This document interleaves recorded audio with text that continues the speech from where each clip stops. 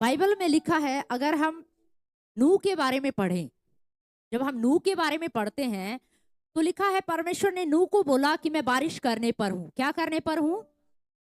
बारिश करने पर हूं और मैं सब कुछ खत्म करने पर हूं। और लिखा है कि तू जाकर लोगों को बता। और परमेश्वर ने नूह को एक काम दिया कि तुझे क्या करना है, एक जहाज बनाना है। क्या बनाना है? एक जहाज बनाना है। और बाइबल में लिखा है परमेश्वर के कहे अनुसार, परमेश्वर के कहे अनुसार नूह क्या करने लग गया? जहाज बनाने लग गया। अब उसने जब परमेश्वर की आवाज को सुना और अपने घर में भी बताया। देखिए, उससे पहले बारिश कभी नहीं हुई थी। नूह और उसके परिवार ने कभी भी बारिश क्या है नहीं देखी थी। उन्हें पता भी नहीं था बारिश किस चिड़िया का नाम है, क्या चीज क्या है। पर उन्हें इतना पता था कि परमेश्वर ने बोला है बारिश क्या है, बारिश होगी और तू एक जहाज बना ले। जहाज का नक्शा परमेश्वर ने उसको क्या कर दिया? दे दिया। क्या कर दिया? नक्शा उसको दे दिया। और लिखा है नूह क्या करने लग गया? जहाज बनाने लगा। उसने अपने परिवार के लोगों को बताया। और आप सोच के देखिए, जब उसने अपने परिवार के लोगों को बताया तो उसके परिवार के लोगों ने भी उसका क्या किया? साथ दिया। क्या करने लगे? वो सारे जहाज बनाने लगे। क्या करने लगे? जहाज बनाने लगे। उस जहाज को बनाने में आपको पता है कम से कम 100 साल के लगभग, कम से कम कितने साल लगे उस जहाज को बनाने में? 100 साल कम से कम बताया जाता है कि 100 साल उस जहाज को बनाने में लगे। आप सोच के देखिए। अब आप सोच के देखिए, नूह उस जहाज को बना रहा है। परमेश्वर ने कब उससे बात कही थी?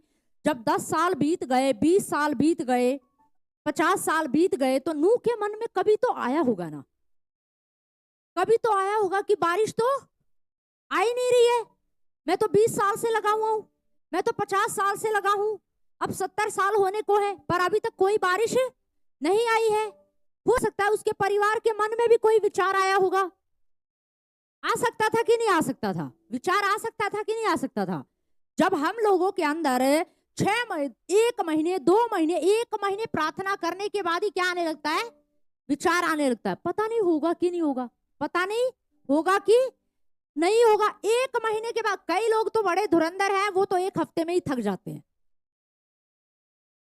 वो तो 1 हफ्ते में ही हथियार छोड़ देते हैं, हार मान लेते, बस मेरे बस की नहीं, अब मैं और नहीं बोल सकता, अब मैं और घोषणाएं नहीं कर सकता, और प्रार्थना नहीं कर सकता, और बाइबल नहीं पढ़ सकता, और मुझ में धीरज क्या है? नहीं है। आज सच बताऊं तो लोगों में धीरज की कमी है। ये सच बात है। आज सच में ही लोगों के अंदर किस चीज की कमी है? धीरज की कमी है। पर नूह और उसके परिवार को देखिए, वो कितने धीरज रखने वाले लोग थे। लिखा है उसके परिवार ने, वो उसका परिवार साथ में क्या कर रहा है? जहाज बना रहा है। और परिवार में से किसी ने भी कोई सवाल नहीं किया। मुझे नहीं लगता किसी ने कोई सवाल किया होगा, क्योंकि जहाज क्या है? बना। जहाज क्या हुआ? बना, कंप्लीट हुआ।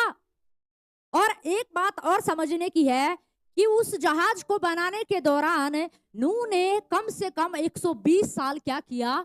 प्रचार भी किया। कितने साल प्रचार किया? 120 साल प्रचार करता रहा। नूह बोलता रहा, प्रार्थना किया करो, बाइबल पढ़ो, वचन पढ़ो, घोषणा करो, समय से कलीसिया आया करो, आराधना किया करो, प्रार्थना किया करो। नूह क्या कर रहा होगा? प्रचार कर रहा था। पर सबको क्या लग रहा था? नूह क्या है? ऐसे ही बोल रहे हैं। क्योंकि नूह क्या बोल रहा था? बारिश क्या है? बारिश आने वाली है। पर किसी को विश्वास क्या है? नहीं हो रहा था। आज मैं आपको एक चीज बताना चाहती हूं। उस समय नूह प्रचार कर रहा था और नूह की बात पर लोग विश्वास नहीं कर पा रहे थे। आज भी कुछ नूह हैं जिनको परमेश्वर ने खड़ा किया है, वो प्रचार कर रहे हैं। अंत का समय है, आखिरी समय है, प्रार्थना किया करो, आराधना किया करो, समय पर संगति में आओ। मैं आपको एक बात बताऊं, नूह को परमेश्वर ने जो काम दिया था ना, नूह अपना काम क्या है? बड़ी ईमानदारी से क्या है? करता रहा। चाहे लोगों ने सुना या ना सुना, चाहे माना या ना माना, पर नूह ईमानदारी से क्या करता रहा? प्रचार करता रहा। करता रहा कि नहीं करता रहा? पूरे 120 साल तक उसने क्या किया? प्रचार किया। पर आप सोच के देखिए, उन्हें 120 सालों में भी लोगों के अंदर कोई भी बदलाव नहीं आया। समझ रहे? लोगों के अंदर कोई भी बदलाव क्या है? नहीं आया। आप सोच के देखिए, आज भी बहुत सारे लोग जो 5 साल से विश्वास में, 10 साल से विश्वास में है, 15 साल से विश्वास में है, 20 साल से विश्वास में है, कहने को क्या है, विश्वासी है, पर कहीं ना कहीं आज भी उनके जीवन में कोई भी बदलाव नहीं है, कोई भी परिवर्तन नहीं है। क्यों, क्या कारण है? जिस प्रकार से नूह की बातों को लोग रिसीव नहीं कर पा रहे थे ना, ग्रहण नहीं कर पा रहे थे, आज भी बहुत सारे लोग हैं जो नूह की, अपने अगुवे की बातों को रिसीव या ग्रहण क्या है, नहीं कर पा रहे। अब वो लोग ग्रहण क्यों नहीं कर पा रहे थे पता है? क्योंकि वो अपने कामों में व्यस्त थे। किसमें व्यस्त थे? अपनी नौकरी में व्यस्त थे, अपने बच्चों में व्यस्त थे, जिम्मेदारी में व्यस्त थे, घर के कामों में व्यस्त थे। उनके पास समय ही नहीं होता था।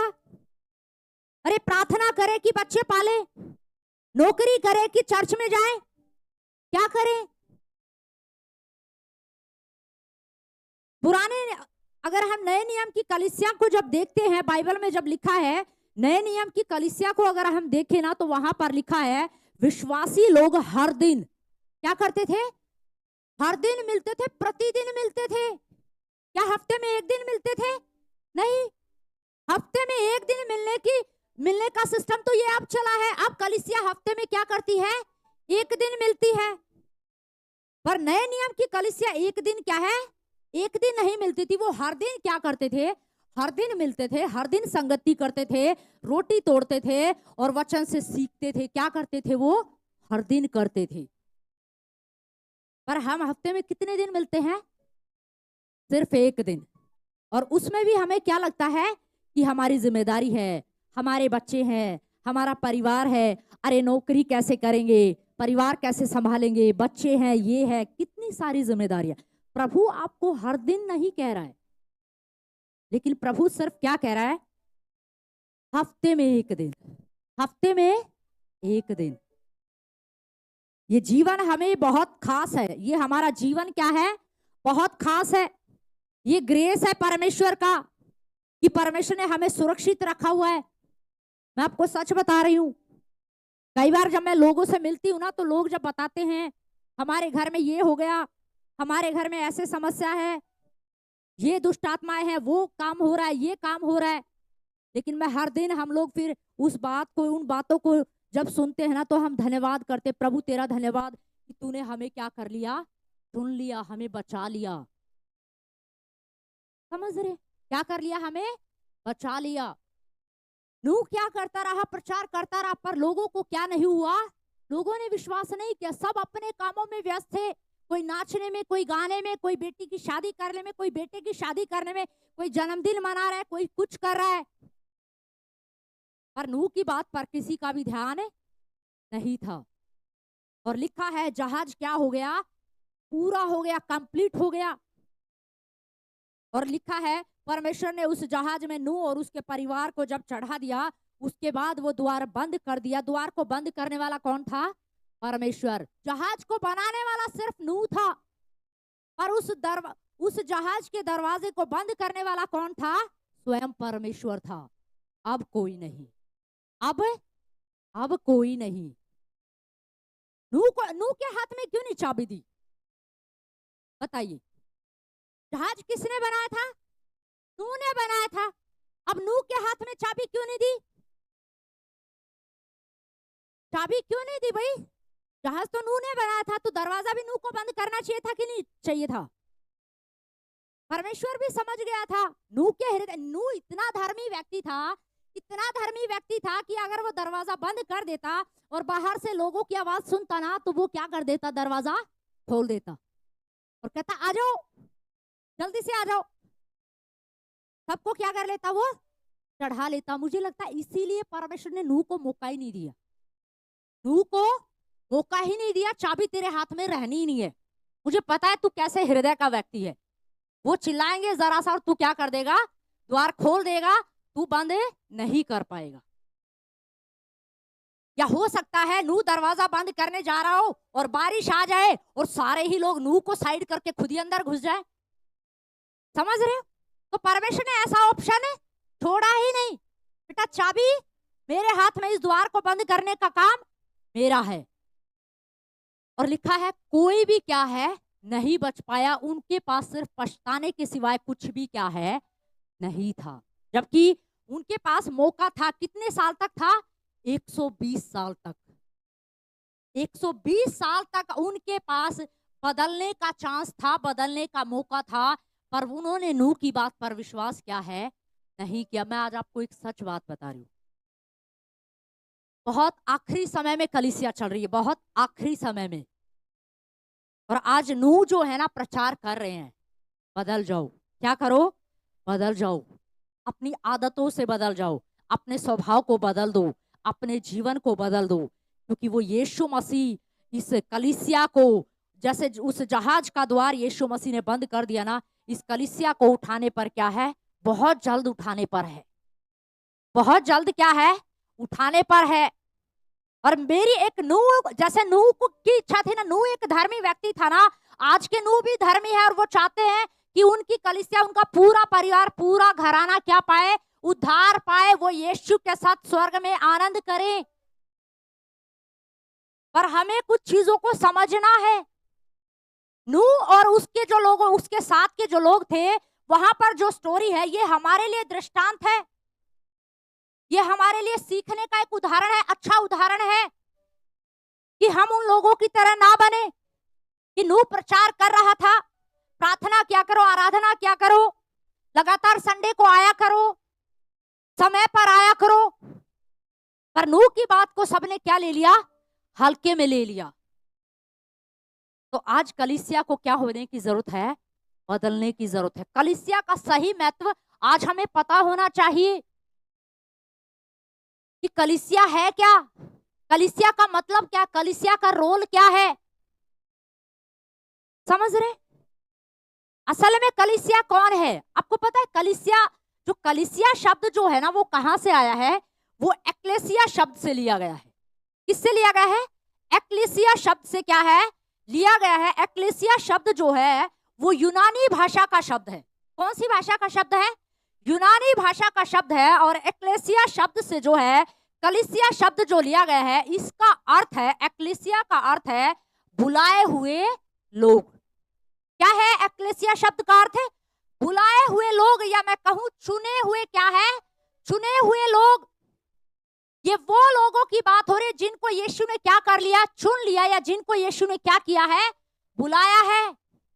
अब वो बुलाए हुए लोग का मतलब क्या है? इस संसार में से उनको क्या कर लिया गया है? बुलाया गया है, चुन लिया गया है। तो प्रभु का धन्यवाद हो, हम और आप, मैं और आप, हम बुलाए हुए, हम चुने हुए हैं। बाइबल में लिखा बुलाए हुए तो बहुत है, पर चुने हुए कम है। तो हमें कौन सी लिस्ट में आना है? चुने हुए की लिस्ट में आना है। बुलाए हुए तो है, पर अब हमें किस में जाना है? ये आपको पता होना चाहिए कि मैं बुलाए हुए में ही हूं या चुने हुए में शामिल हो चुका हूं। पर हमें बुलाए हुए तक ही क्या है नहीं रहना, हमें किस में शामिल होना है? चुने हुए। मैं चुना हुआ हूं। हालेलुया। मैं क्या किया हुआ हूं? चुना हुआ हूं।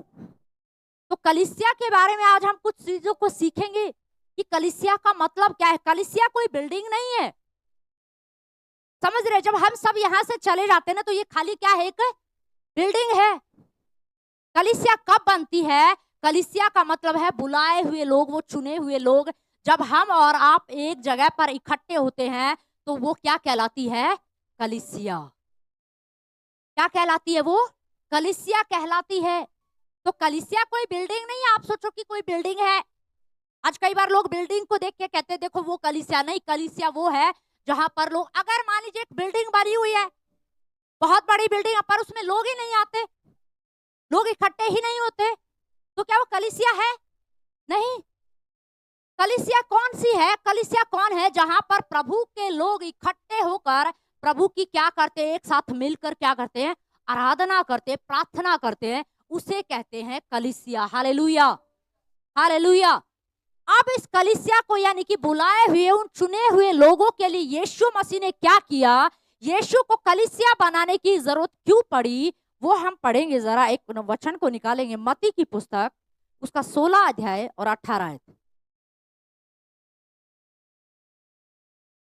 और मैं भी तुझसे कहता हूँ कि तू पतरस है और मैं इस पत्थर पर अपनी कलीसिया बनाऊंगा। देखिए ध्यान से सुनिए, अब यीशु मसीह पतरस से बात कर रहा है।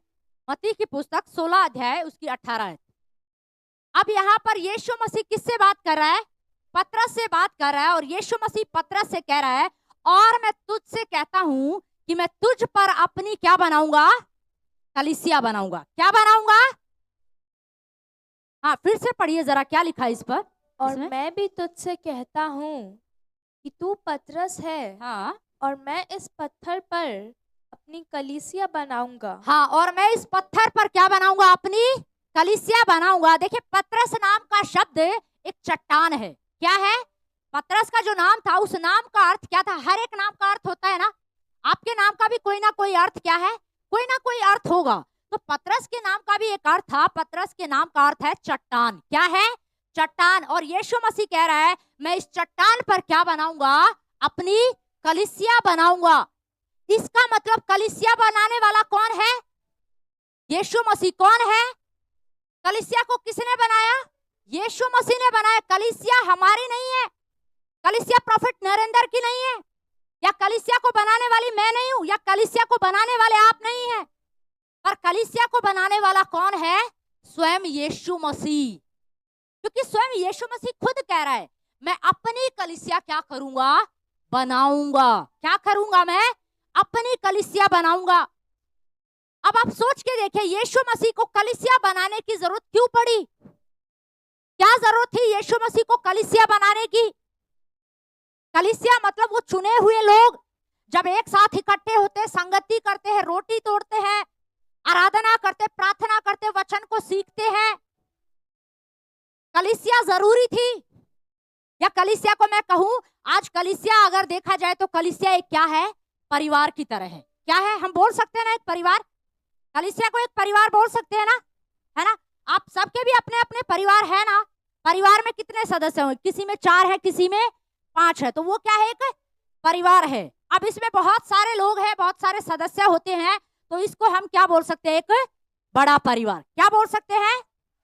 बड़ा परिवार, है ना? हम इसे बड़े परिवार के रूप में समझने की कोशिश करते हैं। क्या है ये? एक बड़ा परिवार है। अब यीशु मसीह ने कलीसिया बनाई। अब एक परिवार का काम क्या होता है? एक परिवार का काम क्या होता है, आप बताइए। एक परिवार में क्या होता है? क्या क्या चीजें होती है? एक परिवार में मुखिया होता है ना। परिवार की बागडोर किसके हाथ में होती है? मुखिया के हाथ में होती है। आप सोच के देखिए, जितने भी आप मुखिया हैं, अगर परिवार की बागडोर बच्चे के हाथ में चली जाए तो क्या होगा? धमाडोल। सच बात है, सब क्या हो जाएगा? सब बिगड़ जाए। क्योंकि बच्चा, अब बच्चे की जितनी समझ है वो उसी समझ के अनुसार क्या करेगा? चीजें करेगा। अपनी तरफ से उसे लग रहा है मैं सही कर रहा हूं, क्योंकि उसे जितना ज्ञान है, जितनी नॉलेज है, वो उसी के अनुसार करेगा। तो परिवार की डोर किसके हाथ में होती है? मुखिया के हाथ में होती है। परिवार में क्या होता है? मुखिया होता है। यीशु मसीह ने भी कलीसिया बनाई और उसमें मुखिया ठहराया। लिखा है, यीशु मसीह ने 5 प्रकार की सेवकाई को क्या किया? परमेश्वर ने 5 प्रकार के सेवकों को खड़ा किया। किसी को प्रेरित करके, किसी को पासवान करके, किसी को इवेंजलिस्ट करके क्या किया? सेवकाई दी उनको। 5 प्रकार की सेवकाई कलीसिया में उनको ठहराया। समझ रहे? ताकि वो उनकी क्या कर सके? अगुवाई कर सके। कलीसिया की क्या कर सके?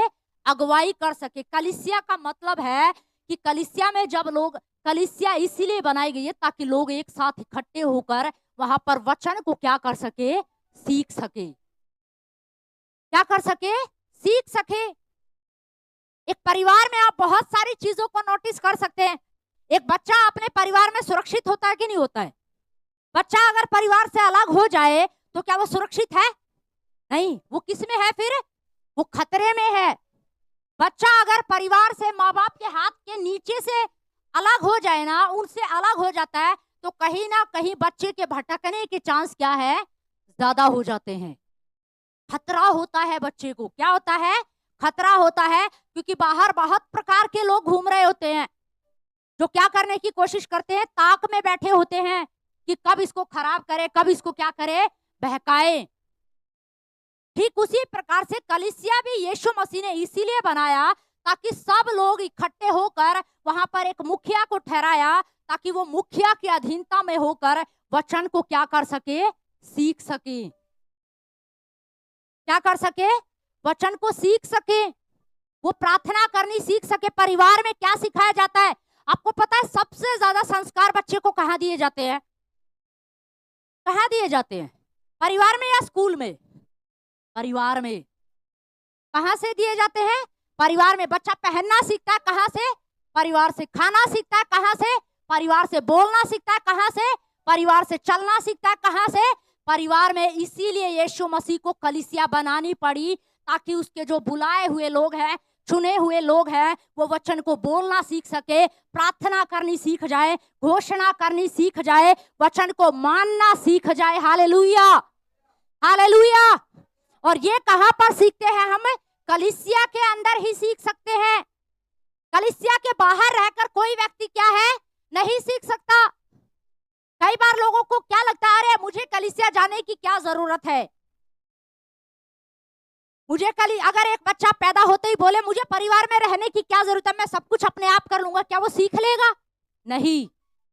बहुत सी चीजें, ज्यादातर चीजें वो कहां सीखता है? अपने परिवार में सीखता है।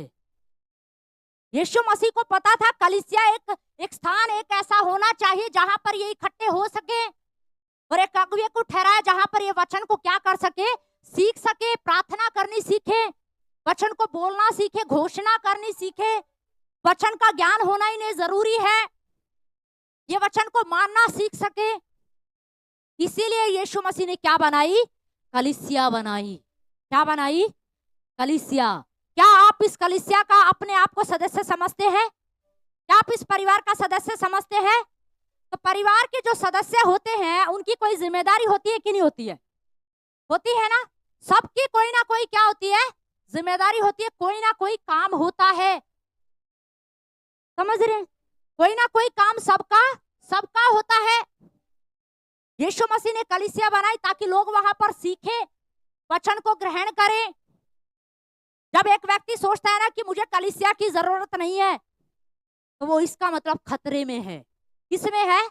खतरे में है। एक व्यक्ति जब परिवार से अलग हो जाता ना, तो बाहर बहुत सारे लोग ताक में बैठे होते हैं उसे गलत संगत में ले जाने के लिए, उसे गलत संगत में ले जाने के लिए। आज बहुत सारे लोग, बहुत सारे छोटे छोटे बच्चे नशे की लतों में लगे हुए हैं, नशे में हैं, गलत चीजों में। क्यों है? क्योंकि परिवार को उनकी कोई चिंता नहीं है। परिवार को पता ही नहीं है कि बच्चा कहां पर है, और वो गलत संगति में, वो परिवार से अलग है, इसलिए वो बहुत सारी गलत संगतियों में क्या हो जाते हैं?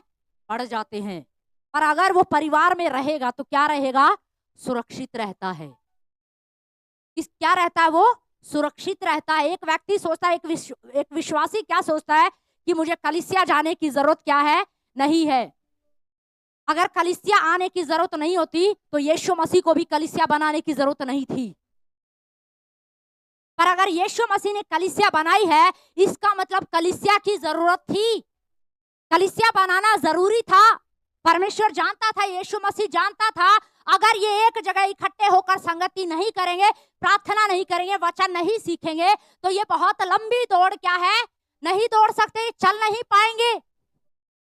कई बार आपने देखा है कुछ लोगों के साथ, कई बार ऐसा हुआ है क्या कि आप एक संडे नहीं आए और आपको ऐसा लग रहा, बिल्कुल बुझे बुझे से ऐसा लग रहा, मन पता नहीं उदास से है, मन बेचैन सा है। होता है ना कई बार, जब हम संगति में नहीं जाते तो कई बार ऐसा होता है कि लगता है ना जाने पता नहीं क्या हो गया हो, है ना। अब सोच के देखिए, अगर एक व्यक्ति कहे कि मुझे संगति की जरूरत नहीं है, ये बिल्कुल ऐसे है। उदाहरण के तौर पे एक अंगीठी देखी है ना आपने, अंगीठी देखी है ना, अंगीठी में कोयले पड़े हुए हैं। अंगीठी में क्या है? कोयले, कोयले जल रहे हैं। क्या हो रहे हैं? वो जल रहे हैं। अगर उसमें से आप एक कोयले को बाहर निकाल के रख दोगे, कोयला क्या है? अभी गर्म है। क्या है? अभी गर्म है। पर किससे बाहर आ गया है? अंगीठी से बाहर आ गया। किससे बाहर है? अंगीठी से बाहर है। अब गर्म तो है, क्या है? गर्म तो है, पर अब किससे बाहर है? संगति से बाहर है। अभी थोड़ा थोड़ा असर उसमें दिख रहा है, थोड़ा थोड़ा असर उसमें दिख रहा है, पर धीरे धीरे वो कोयला क्या होने लगता है? ठंडा होने लगता है। क्या होने लगता है? ठंडा होने लगता है। अब ठंडा ही नहीं होता, जब वो ठंडा होने लगता है तो क्या देने लगता है? धुआं देने लगता है। क्या करने लगता है? धुआं देने लगता है। उसके बाद वो क्या हो जाता है? बुझ जाता है। क्या हो जाता है? बुझ जाता है। अगर एक व्यक्ति ये कहता है ना कि मैं घर बैठे ही प्रभु में बढ़ सकता हूं, तो ये उसकी गलतफहमी है। मैं सच बता रही हूं। वो एक बहुत बड़े शैतान के एक बहुत बड़े जाल में फंसा हुआ है। शैतान ने एक ऐसा झूठ उसके दिमाग में बिठा दिया है, उसे लगता है कि मैं घर पे बैठकर भी संगति में बढ़ सकता हूं। नहीं, घर पे बैठ के कोई संगति में नहीं बढ़ सकता। जो लगातार चर्च में आ रहे हैं उन्हें इतना जोर लग रहा है, तो सोचो घर में बैठने वाले कैसे बढ़ जाएंगे। जो लगातार चर्च में आते रहते हैं उन्हें ही इतना जोर लगता है आगे बढ़ने में, उठने में, तो घर में बैठा विश्वासी कैसे बढ़ जाएगा? अब सोच के देखिए। ये तो वही वाली बात है कि दो बच्चे हैं, एक कह रहा है मैं तो बिना खाना खाए ही बढ़ जाऊंगा। क्या कोई बिना खाना खाए बढ़ सकता है क्या? दो बच्चों को आप देखिए, एक को खाना दीजिए और एक को मत दीजिए, आपको पता चल जाएगा। अगले ही दिन उसको क्या आएंगे? टक्कर आएंगे, गली में पड़ा मिलेगा कहीं। समझ रहे? सच बात है, क्योंकि खाना नहीं खाया। तो एक विश्वासी सोचता है ना कि मैं घर पे बैठकर ही बढ़ सकता हूं। नहीं भाई, घर पे आपको वो आत्मिक भोजन नहीं मिलेगा, और जब तक वो आत्मिक भोजन आपको नहीं मिलेगा, आप अंदर से मजबूत क्या है? नहीं बन सकते। आपको क्या करना पड़ेगा? जैसे शरीर को चलाने के लिए भोजन की जरूरत होती है ना एक बच्चे को, एक इंसान को, ऐसे ही कलीसिया में आने वाले एक विश्वासी को आत्मिक भोजन की जरूरत है। और वो आत्मिक भोजन आप सोचो कि मैं घर पे बैठ के खा लूंगा, नहीं, वो आपको घर पे बैठ के क्या है? नहीं मिल सकता। ये सच बात है। आपको घर पे बैठ के वो आत्मिक भोजन नहीं मिल सकता। अगर कोई व्यक्ति बीमार है, किसी को कोई बीमारी है, वो सोचे मैं तो घर पे बैठ के इलाज कर लूंगा, मुझे डॉक्टर की जरूरत नहीं है, ऐसा है क्या? नहीं, उसको किसके पास जाना पड़ेगा? डॉक्टर के पास जाना पड़ेगा। अपनी बीमारी उसे बतानी पड़ेगी, समस्या उसे बतानी पड़ेगी, तभी उसका क्या शुरू होगा? इलाज। तो हम सोचे कि घर पे बैठ के मैं सही कर सकता हूं, मैं सब चीजें सही कर लूंगा। नहीं, आपको कलीसिया में आना पड़ेगा, आपको कलीसिया के अगुवे के साथ संगति करनी पड़ेगी, आपको वचन सीखना पड़ेगा। जब तक आप वचन नहीं सीखेंगे, आप आत्मिक रूप से मजबूत नहीं बनेंगे।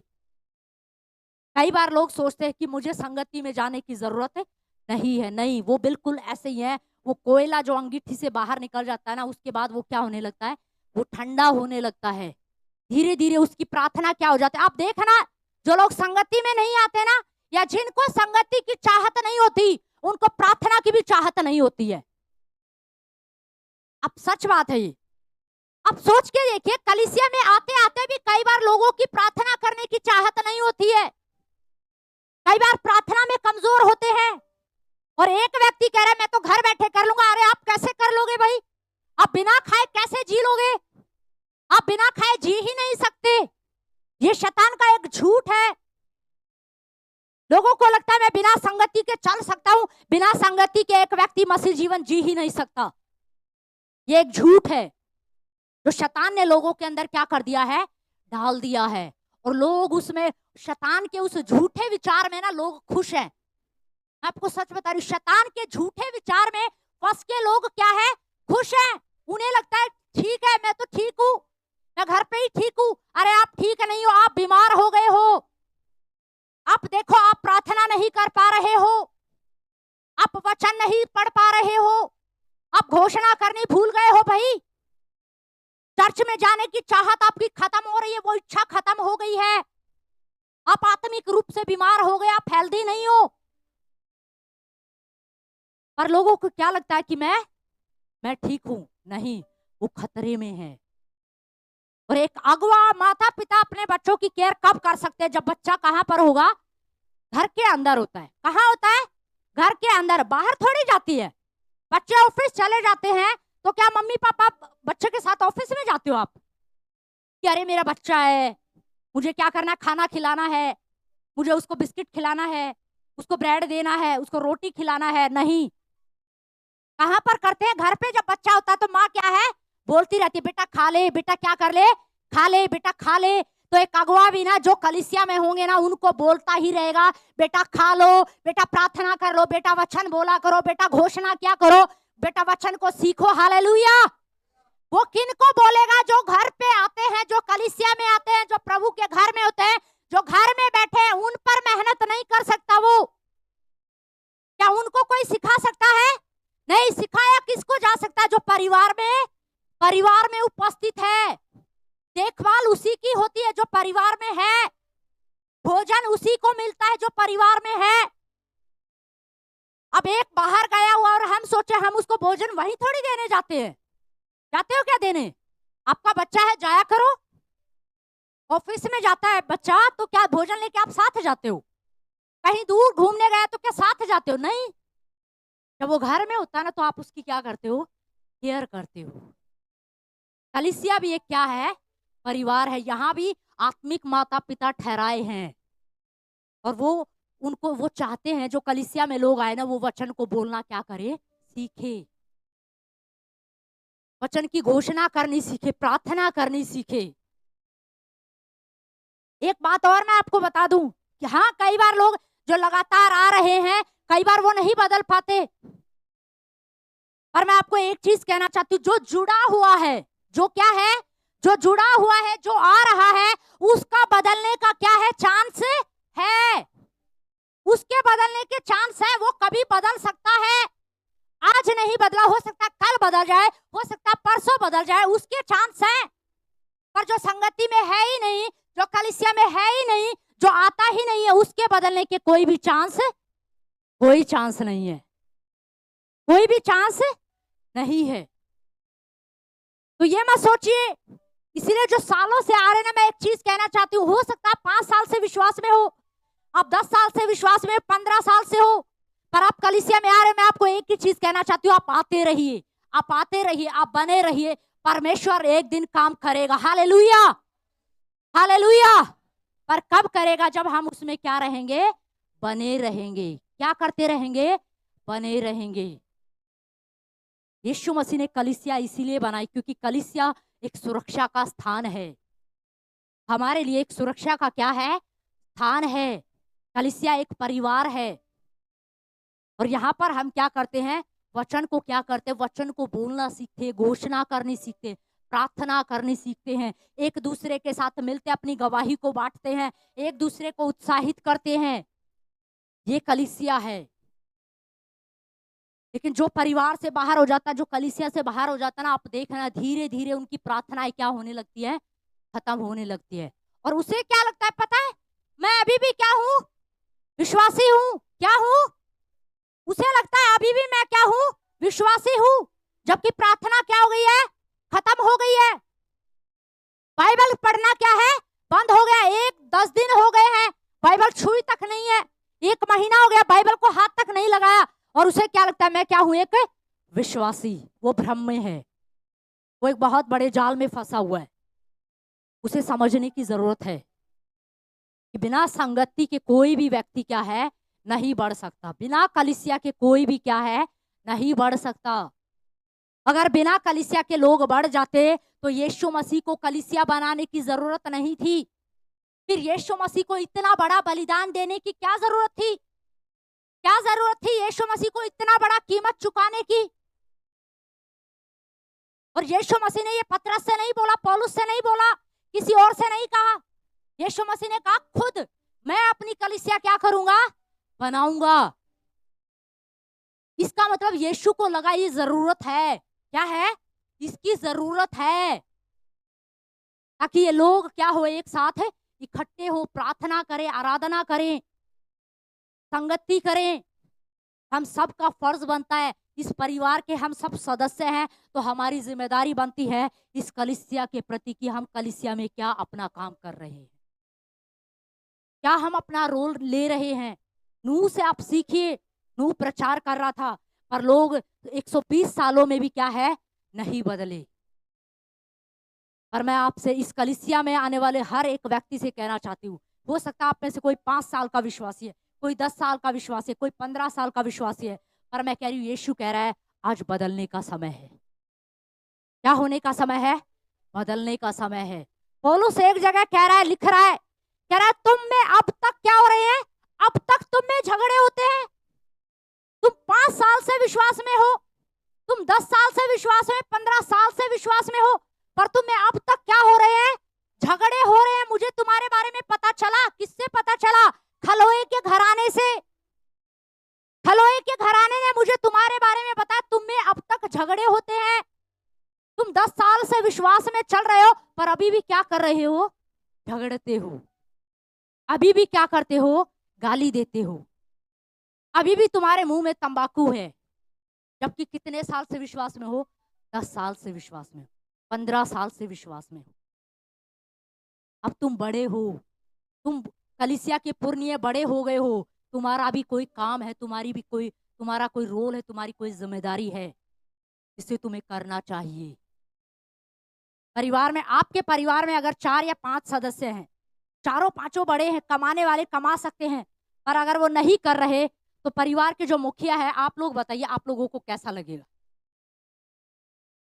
बुरा लगेगा कि नहीं लगेगा, या अच्छा लगेगा?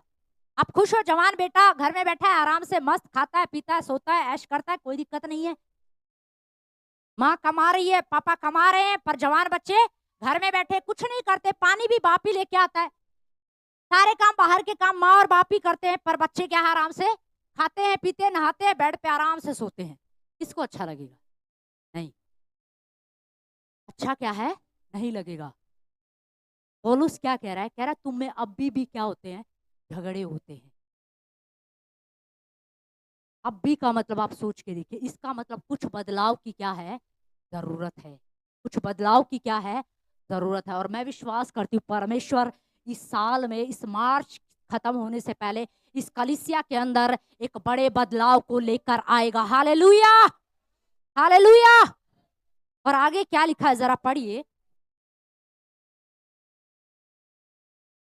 और मैं इस पत्थर पर अपनी कलीसिया बनाऊंगा और अधोलोक के फाटक उस पर प्रबल न होंगे। हाँ, ध्यान से सुनिए, क्या लिखा है, मैं अपनी कलीसिया बनाऊंगा, और लिखा है अधोलोक के फाटक उस पर प्रबल नहीं होंगे। ध्यान से सुनिए, अधोलोक के फाटक उस पर प्रबल नहीं होंगे। इसका मतलब क्या है, मैं जो कलीसिया बना रहा हूं उसको खतरा बाहर से नहीं है, उसको खतरा शैतान से नहीं है, मृत्यु से नहीं है, दुष्ट आत्माओं से नहीं है।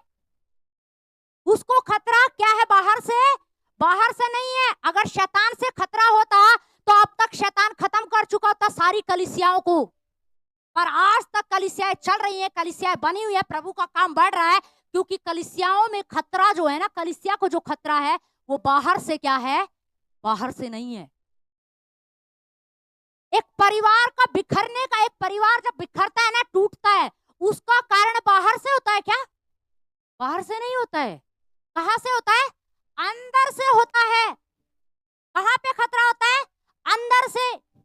कई बार आपने देखा, टीवी में देखा होगा, रियलिटी में तो हमने नहीं देखा, क्योंकि हम राजा महाराजाओं के टाइम में तो पैदा नहीं हुए है ना, पर टीवी में तो देखा ही होगा, है ना, देखा होगा ना।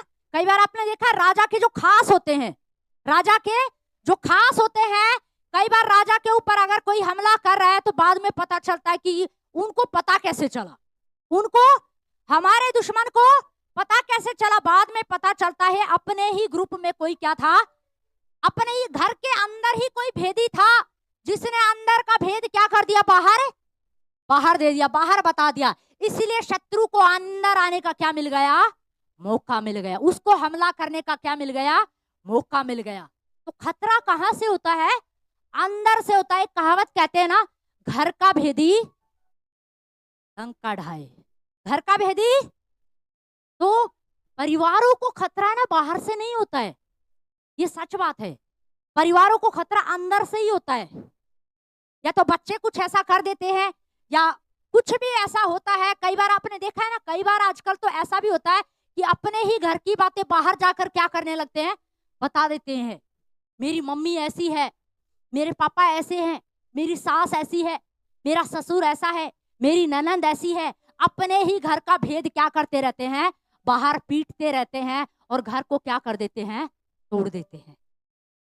और उन्हें लगता है कि घर कहां से टूटा है, बाहर से घर नहीं टूटते हैं, अंदर से भेद क्या करते हैं, अंदर से भेद खुलता है। या कई बार आपने पहले, अभी भी कोई देखता होगा, देखते होंगे, सारे धर्मी हैं, वैसे तो सारे क्या है, धर्मी है, पर कभी मूवी में आपने देखा है कि क्या होता है, हीरो हीरोइन के बीच में पंगा करते हैं तो घर का ही कोई ना कोई क्या कर देता है, भेदी होता है, घर का ही क्या कर देता है, सारा भेद खोल देता है। या ऑफिसों में आपने देखा है ना, अंदर से खतरा होता, बाहर से कोई खतरा नहीं होता। ऑफिस के अंदर ही कोई गद्दार निकलेगा और सारा ऑफिस का भेद जाके बाहर खोल देगा, उनको पता चल जाएगा ऑफिस में क्या चल रहा है और क्या नहीं चल रहा है, और ऑफिस क्या हो जाता है, टूट जाता है। तो बसे बसाए घर भी क्या हो जाते, कई बार टूट जाते। कलीसिया भी एक परिवार है। क्या आप मानते हैं ये एक परिवार है? क्या मानते हैं ये एक परिवार है? ये किसका परिवार है? ये यीशु मसीह का परिवार है। ये किसका परिवार है? यीशु मसीह का परिवार है। इसको किसने बनाया है? प्रोफेट नरेंद्र ने, पास्टर कांता ने, किसने बनाया है? यीशु मसीह ने बनाया है। इसको खतरा बाहर से नहीं है, इसको खतरा शैतान से नहीं है, दुष्ट आत्माओं से नहीं है, बीमारी से नहीं है, शैतान से नहीं है, इसको खतरा अंदर से है। कई बार अंदर के ही लोग क्या करते हैं, एक दूसरे को क्या करते रहते हैं, मारते रहते हैं, एक दूसरे को ही क्या करते रहते हैं, काटते रहते हैं। बाइबल में लिखा कलीसिया यीशु मसीह की क्या है, देह है। ध्यान से समझना, कलीसिया क्या है, यीशु मसीह की, यीशु मसीह की देह है। एक व्यक्ति खड़ा हो जाए, हाँ अभिषेक आप जरा आओ, ध्यान से समझना, ये अभिषेक है, इसका नाम क्या है, अभिषेक है। हम नाम से बात नहीं करते हैं, ये जो पूरा बॉडी है ये क्या है, एक देह है। क्या है ये, एक शरीर है। क्या है, शरीर है। पर इस शरीर के अंदर भी कुछ क्या है, अंग है। शरीर भी क्या है, शरीर में कुछ अंग है, हाथ है, पैर है, आंख है, नाक है, सब है ना। और पूरे अंगों से मिलकर क्या बनी है, एक देह बनी है। क्या बनी है, देह बनी है। हाँ बैठ जाओ, क्या बनी है, देह बनी है। तो कलीसिया क्या है, यीशु मसीह की देह है। क्या है, देह है। और इस देह में क्या है, अलग अलग अंग हैं। कोई हाथ है तो कोई पैर है, कोई आंख है तो कोई नाक है। अब हाथ बोले मुझे देह की जरूरत नहीं है, मुझे काट दो और मुझे अलग रख दो, मैं तो ऐसे ही फलवंत हो जाऊंगा। हो जाएगा क्या वो हाथ? हाथ बोले मुझे कलीसिया की जरूरत है नहीं है, मुझे इस देह की जरूरत, देह में रहने की जरूरत है नहीं है, मैं अपने आप फलवंत हो जाऊंगा। एक उंगली को अगर शरीर से काट कर अलग रख दिया जाए तो क्या वो उंगली काम करेगी? करेगी क्या? नहीं, मर जाएगी। वो क्या हो जाएगी? मर जाएगी, खत्म, कोई काम नहीं है उसका। पर अगर उसी उंगली को कटने के बाद अगर तुरंत उसमें हाथ में जोड़ दिया जाए तो वो क्या हो जाती है? काम करने लगती है। क्या करने लगती है? काम करने लगती है। एक विश्वासी कलीसिया में अगर जुड़ा हुआ है तो ही काम कर सकता है, पर कलीसिया से बाहर रहकर वो किसी भी काम का नहीं है। वो मर चुका है। वो क्या हो चुका है? वो मर चुका है। वो किसी काम का, वो जीवित नहीं है, वो काम नहीं कर रहा है। उसे लगता है कि मैं जीवित हूं, पर असल में वो क्या हो चुका है? मर चुका है। जिस प्रकार से शरीर का एक अंग अगर काट के अलग रख दो वो काम नहीं कर सकता, ठीक उसी प्रकार से मसीह में अगर कोई है और वो कहे कि मैं बिना कलीसिया के बढ़ सकता हूं, मैं बिना कलीसिया के फलवंत हो सकता हूं, मैं नहीं मानती वो फलवंत हो सकता है। हो सकता है किसी को ऊपर से उनकी तरक्की दिख रही होगी, पर कुछ ना कुछ तो ऐसा उनके जीवन में होगा जो सही क्या है, नहीं है। कुछ तो होता है, ये लोगों को लग सकता है, पर मैं इतना जानती हूं कलीसिया से बाहर होकर कोई भी व्यक्ति सही क्या है, नहीं हो सकता। वो सोचता है मैं अच्छा हूं, मैं तो जीवित हूं। नहीं, आप खतरे में हो, आप मर चुके हो। जब तक वो तिलमिला रहा है ना, तब तक आपने देखा है मछली की पूंछ, जब छिपकली की जब पूंछ कटती है तो वो क्या करती रहती है? तिलमिलाती रहती है। क्या करती रहती है? तिलमिला। तो कुछ लोग ऐसे ही थोड़ी देर के लिए तिलमिलाएंगे, पर जब उसके बाद धीरे धीरे अगर वो वैसे ही है ना तो क्या हो जाते हैं? खत्म हो जाते हैं। क्या हो जाते हैं? वो खत्म हो जाते हैं। तो कलीसिया से बाहर रह के हम कुछ भी क्या है, नहीं कर सकते। ये शैतान का एक बहुत बड़ा झूठ, आप समझिए इस बात को। क्योंकि उसको पता है कि ये कलीसिया में जुड़े रहेंगे तो ये प्रार्थना भी करेंगे, ये आराधना भी करेंगे, ये वचन भी सुनेंगे, ये वचन की घोषणा भी करेंगे और एक दिन ये पूरे बदल भी जाएंगे। हालेलुया। क्योंकि जो कलीसिया में आते रहेंगे उनका बदलने का चांस है, पर जो आता ही नहीं है उसका कोई भी बदलने का चांस नहीं है। वो खतरे में है, वो बहुत बड़े खतरे में है। लिखा है, क्या लिखा है? हाँ पढ़िए जरा दोबारा इसी आयत को। और मैं भी तुझसे कहता हूँ कि तू पतरस है और मैं इस पत्थर पर अपनी कलीसिया बनाऊंगा और अधोलोक के फाटक उस पर प्रबल न होंगे। हाँ क्या लिखा है? अधोलोक के फाटक उस पर प्रबल क्या है? नहीं होंगे। तो देखिए कलीसिया को तोड़ने के लिए शैतान में कोई भी ताकत क्या है? शैतान में कोई ताकत नहीं है। शैतान कुछ नहीं कर सकता। कलीसिया को अगर खतरा है ना तो वो अंदर से ही है।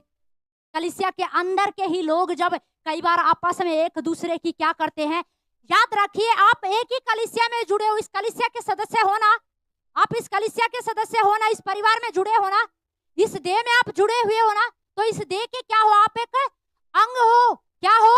अंग हो। और हर अंग का जो एक काम है, एक जिम्मेदारी है, वो हमें क्या करना है? पूरा करना है। क्या करना है?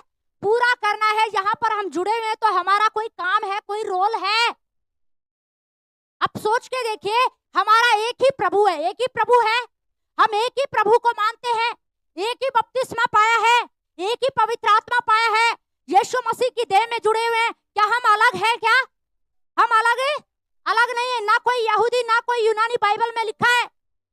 कोई ऊंच नीच का भेदभाव नहीं, कोई जात पात का भेदभाव नहीं, कोई अमीरी गरीबी का भेद नहीं, कोई भेद नहीं। हम सब क्या है? एक है। एक ही पिता की क्या है? संतान है। क्या है? एक ही पिता की क्या है? संतान है। पर फिर भी एक दूसरे को क्या करते हैं? काटते रहते हैं। जबकि एक ही पिता की क्या है? एक ही पिता की संतान है। हमारा एक ही परमेश्वर है। ये वही पवित्र आत्मा हमने पाया है। जो आपके अंदर पवित्र आत्मा, वही हमारे अंदर है। हम एक ही पिता की संतान है। पर फिर भी कई बार कलीसिया में लोग एक दूसरे को क्या करते रहते हैं? गिराते रहते हैं। एक परिवार की जिम्मेदारी बनती है अपने परिवार के लोगों को क्या करना चाहिए? उठा के लेके चले। आप में से कितने परिवार ऐसे हैं जो अपने ही परिवार के लोगों को गिराते हो? क्या आप गिराते हो अपने ही बच्चों को? या बहन भाई जितने भी है, क्या अपने ही बहन भाइयों को आप गिराते हो? नहीं। वो एक छोटा परिवार है, वो आपका परिवार है, पर ये एक बड़ा परिवार है, आप इसके सदस्य हैं। इस परिवार के प्रति भी हमारी एक जिम्मेदारी है। हमारा फर्ज बनता है हम अपने मसीह भाइयों को एक दूसरे को उत्साहित करें, उठाएं, उनके लिए प्रार्थना करें, उन्हें उत्साहित करें। एक दूसरे को गिराने का काम हमारा नहीं है। एक दूसरे के बारे में चुगली फैलाने का काम हमारा नहीं है। झूठ फैलाने का काम हमारा नहीं है। घर घर क्यों उजड़ जाते हैं? क्योंकि घर के ही लोग बाहर जाके क्या करते हैं? चुगली करते, तब घर उजड़ते हैं। सही है कि नहीं है? घर कब उजड़ते हैं? जब घर के ही लोग क्या करते हैं? बाहर जाके चुगली करते हैं। तो कई बार है ना, कलीसियाएं भी इसी कारण से टूटती हैं, जब कलीसिया के ही सदस्य घर बाहर जाकर क्या करते हैं? झूठी बातें फैलाते हैं, चुगली करते हैं। अरे वो बहन वैसी है, वो भाई वैसा है, हमारा अगुआ ऐसा है, अगुए की पत्नी ऐसी है, अरे उसके बच्चे ऐसे हैं, अरे वो पास्टर ऐसा है, वो बहन ऐसी है। नहीं, यीशु मसीह ने कलीसिया को बनाने के लिए एक बहुत बड़ी क्या चुकाई है? कीमत चुकाई है। और बाइबल में लिखा कलीसिया यीशु मसीह की क्या है? देह है। किसकी देह हो आप? यीशु मसीह की। किसकी? यीशु मसीह की। और आप सोच के देखिए, अगर आप एक दूसरे के बारे में झूठ फैला रहे हो, एक दूसरे के बारे में गलत बोलते हो, एक दूसरे को कोस रहे हो, तो आप किसकी देह को नुकसान पहुंचा रहे हो? यीशु मसीह की देह को। किसकी देह को नोच रहे हो? यीशु मसीह की देह को। आप एक दूसरे को सता रहे हो, आप एक दूसरे को गाली देते हो, पर दर्द किसको हो रहा है? यीशु मसीह को। आज कलीसिया को समझने की जरूरत है। हमें कलीसिया को उन्नति की ओर ले जाने वाला बनना, बनाने वाला बनना, तोड़ने वाला नहीं बनना। कलीसिया को फाड़ने वाला बनना नहीं बनना, खराब करने वाला नहीं बनना, बल्कि हमें कलीसिया की उन्नति का कारण बनना है। हालेलुया।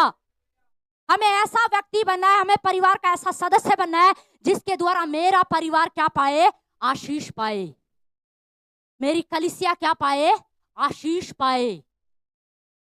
आज बहुत सारे लोग यीशु मसीह की कलीसिया में तो जुड़े हैं, उस देह में तो जुड़े, पर उस देह को ही क्या कर रहे हैं? नुकसान पहुंचा रहे हैं, उस देह को चोट पहुंचा रहे हैं। वो झूठ बोलकर, उन्हें लगता है हम कुछ नहीं कर रहे हैं, पर नहीं, वो गाली देकर यीशु मसीह की देह को नुकसान पहुंचा रहे हैं। वो झूठ बोलकर यीशु मसीह की देह को नुकसान पहुंचा रहे हैं। आप सोच के देखिए, क्योंकि बाइबल में साफ लिखा है कलीसिया यीशु मसीह की देह है। आप समझिए इस बात को, आप यीशु मसीह की देह हैं, आप उसका शरीर, उसकी बॉडी है, और हम सब उसके क्या हैं? अंग हैं। पर एक हाथ दूसरे हाथ को मार रहा है, दूसरा हाथ उसको मार रहा है, एक पैर उस पैर को मार रहा है, तो दर्द किसको हो रहा है? यीशु मसीह को। आप सोचिए, कहीं जाने अनजाने में हम यीशु मसीह को चोट पहुंचाने वाले तो नहीं बन गए हैं? कहीं हम कलीसिया को तोड़ने वाले तो नहीं बन गए हैं? कहीं हम यीशु मसीह की देह को नुकसान पहुंचाने वाले तो नहीं बन गए हैं? कहीं मेरे कारण कोई विश्वासी चोट तो नहीं खा गया है? कहीं मेरे कारण वो व्यक्ति चला तो नहीं गया है? कहीं मेरे स्वभाव के कारण तो ऐसा नहीं हो गया है? हमें अपनी स्वभाव को क्या करना है? बदलना है, अपनी आदतों को बदलना। हमें आशीष का कारण बनना है, एक दूसरे के लिए क्या बनना है? आशीष का कारण बनना है। ये हमारा परिवार है और हमारी जिम्मेदारी है अपने परिवार को संभाल के लेके चलने की। हालेलुया। हमें एक दूसरे के बारे में निंदा नहीं करनी चाहिए, झूठ नहीं बोलना चाहिए, गलत बातें नहीं फैलानी है, गाली नहीं देना है। कई बार लोग कलीसिया में आते हुए भी एक दूसरे को गाली देते हैं, एक दूसरे की चुगली करते हैं, निंदा करते हैं, यीशु मसीह की देह को नुकसान पहुंचाते रहते हैं और बड़े आनंद के साथ प्रभु भोज में शामिल होते हैं। उन्हें लगता है हमने बहुत बड़ा काम कर दिया। और समझना है, बाइबल में लिखा है ना, अनरीति से, अनुचित रीति से प्रभु भोज में शामिल मत हो। इसका मतलब ही यही है। इसका क्या है? इसका मतलब ही यही है, एक दूसरे को चोट पहुंचाना बंद कर दो, एक दूसरे की चुगली करना बंद कर दो, एक दूसरे को गाली देना बंद कर दो। और लिखा है जो अनुचित रीति से प्रभु भोज में शामिल होता है ना, ध्यान से सुनिए इस बात को। मैं इस बात को पहले नहीं समझ पा रही थी, पर मैं समझ पाई इसको कल। जो अनुचित रीति से प्रभु भोज को लेता है ना, लिखा है वो अपने ऊपर क्या लेकर आता है? दंड को लेकर आता है। अब समझिए इसका मतलब। अनुचित रीति का मतलब है, अगर आप अपने ही कलीसिया यीशु मसीह की देह और उस देह को नुकसान पहुंचा रहे हो, उसी को फाड़ने का कारण बन रहे हो, उसी को तोड़ने का कारण बन रहे हो, उसी की बुराई बाहर जाकर करते हो, अपने ही आत्मिक माता पिता की बुराई बाहर करते हो, उन्हीं की चुगली करते हो, अपने ही मसीह भाइयों की चुगली करते हो, और आप प्रभु भोज में शामिल होते हो, तो लिखा है वो व्यक्ति अपने ऊपर क्या लेकर आता है? दंड लेकर आता है। ध्यान से समझिए, इसीलिए कहा गया है, पहले मैं नहीं समझ पाती थी कई बार इस बात को कि इतना गंभीर प्रभु भोज में क्यों होना चाहिए, पर प्रभु भोज में सच में हमें बहुत गंभीर होने की जरूरत है। सच में हमें क्या होने की जरूरत है? गंभीर होने की जरूरत है। आज प्रभु भोज लेने से पहले मैं आप सबको एक बात कहना चाहती हूँ। आज आप प्रार्थना करना प्रभु भोज में शामिल होने से पहले। प्रभु, जब से मैं प्रभु में आया हूं तब से लेकर आज तक, अगर मैंने अपने ही कलीसिया के किसी बहन भाई के बारे में, या अपने ही आत्मिक माता पिता के बारे में, या अपने ही परिवार में अपने ही बच्चों को मैंने गलत बोला है, या गाली दिया, या श्राप दिया है, या मैंने झूठी बातें फैलाई है, तो प्रभु आज मैं क्षमा मांगता हूं। आज मैं पश्चाताप करता हूं अपने पापों का, अपनी गलतियों का, क्योंकि बाइबल में साफ लिखा है जो अनुचित रीति से इसमें शामिल होता है, लिखा है वो अपने ऊपर क्या लेकर आता है? दंड लेकर आता है। ऐसा बाइबल कह रही है, मैं नहीं कह रही। पर क्या लिखा है? वो अपने ही ऊपर क्या लेकर आता है? दंड लेकर आता है। पर वो अगर सही रीति से ले रहा है तो वो उस प्रभु भोज के द्वारा, प्रभु भोज के द्वारा आने वाली आशीष, चंगाई, छुटकारे को क्या करता है? वो ले लेता है। अगर वो सही रीति से लेता है, अगर उसके हृदय में बुराई नहीं, उसका मन साफ है, उसके मन में कोई छल नहीं है, तो वो प्रभु भोज के द्वारा आने वाली पूरी आशीष को अपने ऊपर क्या करेगा, लेगा। क्योंकि मैं आपको सच बताऊं, मैंने ऐसी बहुत सी गवाहियां सुनी है जिन्होंने प्रभु भोज लिया और प्रभु भोज लेने के बाद वो चंगे हो गए। ये सच बात है। प्रभु भोज लेने के बाद क्या हो गए, चंगे हो गए।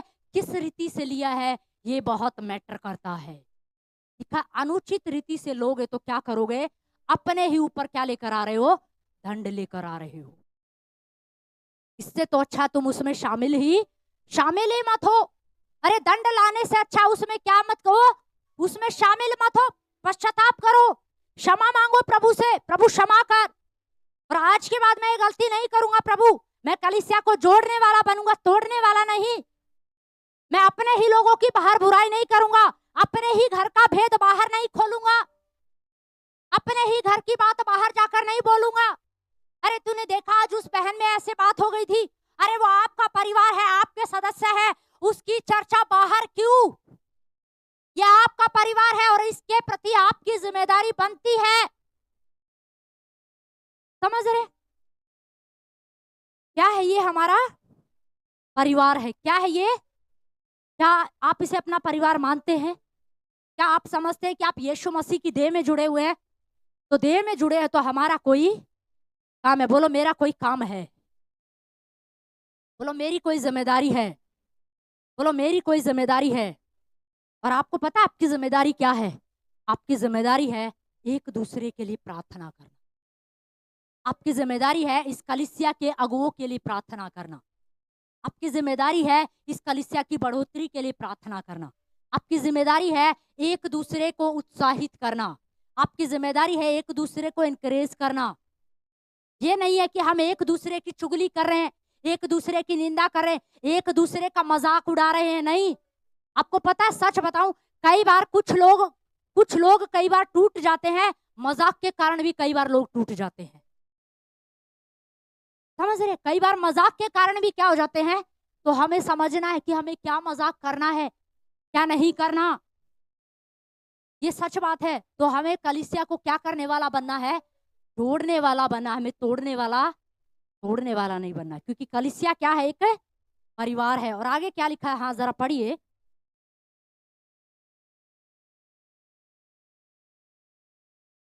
स्वर्ग के राज्य की, इसी आयत को दोबारा पढ़िए जरा। और मैं भी तुझसे कहता हूँ कि तू पतरस है, और मैं इस पत्थर पर अपनी कलीसिया बनाऊंगा, और अधोलोक के फाटक उस पर प्रबल न होंगे। क्या लिखा है? अधोलोक के फाटक उस पर प्रबल नहीं होंगे। तो कलीसिया को खतरा किससे है? बाहर से है? शैतान से है? दुष्ट आत्माओं से है? नहीं। बाइबल में लिखा, शैतान को तो यीशु मसीह ने कहां पर हरा दिया? 2025 साल पहले क्रूस पर क्या कर दिया? उसको हरा दिया। खुल्लम खुल्ला उसका मजाक उड़ा दिया। शैतान तो हरा हुआ है, शैतान में कोई ताब नहीं है कि वो कलीसिया को नुकसान पहुंचाए। पर कलीसिया को खतरा किससे है? अंदर से। कहां से है? अंदर से। इसीलिए हमें क्या होना पड़ेगा? कलीसिया को अंदर से क्या होना पड़ेगा? मजबूत होना पड़ेगा। क्या होना पड़ेगा? मजबूत होना पड़ेगा। मुझे बताइए, घर के अंदर जो परिवार के लोग होते हैं वो आपस में एक दूसरे को सपोर्ट करते कि नहीं करते? करते कि नहीं करते? अगर एक कमजोर होता है तो क्या बोलते? कोई बात नहीं, निराश मत हो बेटा, हो जाएगा। माँ होगी तो माँ बोलेगी, बाप होगा तो बाप बोलेगा, कोई बात नहीं बेटा, निराश मत हो जाएगा। अगर बड़े बहन भाई भी होते तो भी क्या बोलते हैं? अरे चिंता क्यों करती है, टेंशन क्यों लेती है, हो जाएगा। एक दूसरे के लिए क्या खड़े हो जाते हैं? सपोर्ट में खड़े हो जाते हैं। क्या खड़े हो जाते हैं? 4-5 लोग आ जाए जल्दी से, फटाफट। आप देख रहे हैं परिवार की वैल्यू क्या है।